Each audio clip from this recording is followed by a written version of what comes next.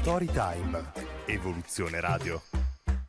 Benvenuti ai nostri ascoltatori di Storytime. Io sono Roberta D'Alessandro. Oggi ho il piacere di avere qui nei nostri studi di Napoli Raffaele Criscuolo, scrittore. Ciao Raffaele. Ciao.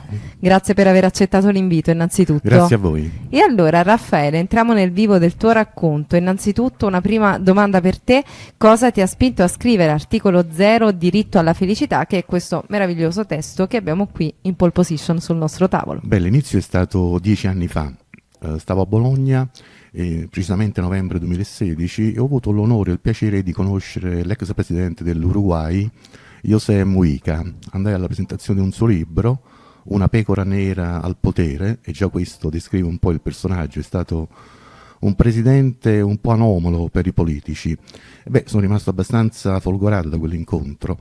Ovviamente il libro non è partito all'epoca, 10 anni fa, è passato il tempo, e l'estate scorsa stavo in vacanza in Toscana, a Chiangiano Terme precisamente. Una sera andai a una festa dell'Unità e incredibilmente su un banchetto rividi il libro di Mujica.